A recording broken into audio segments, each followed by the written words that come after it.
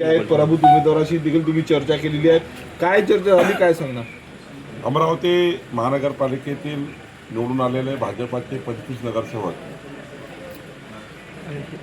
यांच्यासोबत आज आम्ही गेट टुगेदर स्नेहमिलनाचा कार्यक्रम ठेवला होता. सोबतच पराभूत झालेले उमेदवार यांच्यासोबतही आम्ही चर्चा केली.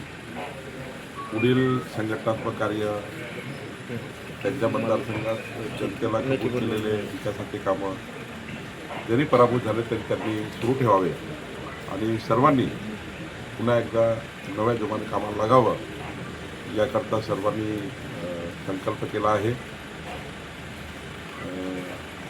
अमरावतीचा महापौर भारतीय जनता पार्टीचा होईल आणि याकरता लागणारे जुने आमचे तो जे त्यांना उमेदवारी मिळाली नाही त्यांनी आरोप केला होता, त्यामध्ये काही तथ्य आढळलं का? नाही, शेवटी एका सीटवर एकावेळी एकच व्यक्ती लढू शकतो. त्यामुळं काही ठिकाणी आम्ही आमच्या मनात असूनही चांगल्या उमेदवाराला सीट देऊ शकलो नाही. पण शेवटी पक्षामध्ये त्यांनी दुसऱ्या पक्षात जाऊन लढणे किंवा अपक्ष लढणे हे काही बरोबर नव्हतं. शेवटी जे काही पक्षाचा निर्णय झाला तो अंतिम असतो. त्यामुळे आम्ही त्या सीटला ते उमेद दिल्या होत्या. त्या ठिकाणी वेगवेगळ्या समीकरणातून काही आमचे लोक अपक्ष उभे राहिले, काही दुसऱ्या पक्षात जाऊन उभे राहिले, काही त्या ठिकाणी आमच्या पक्षाचे लोक यांनी पक्षादेश मानला नाही. त्यामुळं काही ठिकाणी थोडा 7-8 सीट आमच्या 90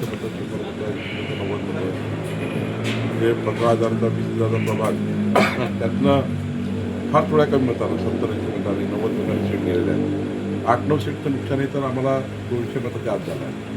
त्यामुळं त्याचंही आम्ही विश्लेषण केलं आहे. नक्कीच पुढच्या काळात सुधारणा आम्ही करू. काही कन्फर्म झालं आम्ही एक प्रदेशातून समिती येणार आहे. मी तर आता कोरग्रुपशी चर्चा केली आहे. जवळ 2-2.5 तास कोरग्रुपशी बसलो. प्राथमिक आम्ही चर्चा केली. त्यातनं आमच्या पराभवाचे कारण शोधले. शेवटी पराभवात काही शिकावं लागतं, त्यातून मग पुढं तयारी करावी लागतं. पुढची तयारी आम्ही सुरू केलेली आहे.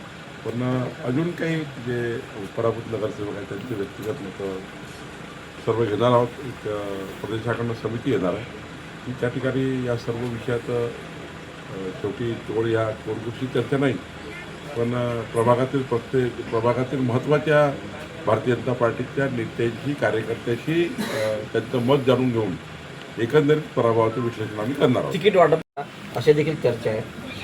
ठीक आहे, आता शेवटी निवडणुकीचं विश्लेषण होताना हे दिसेलच.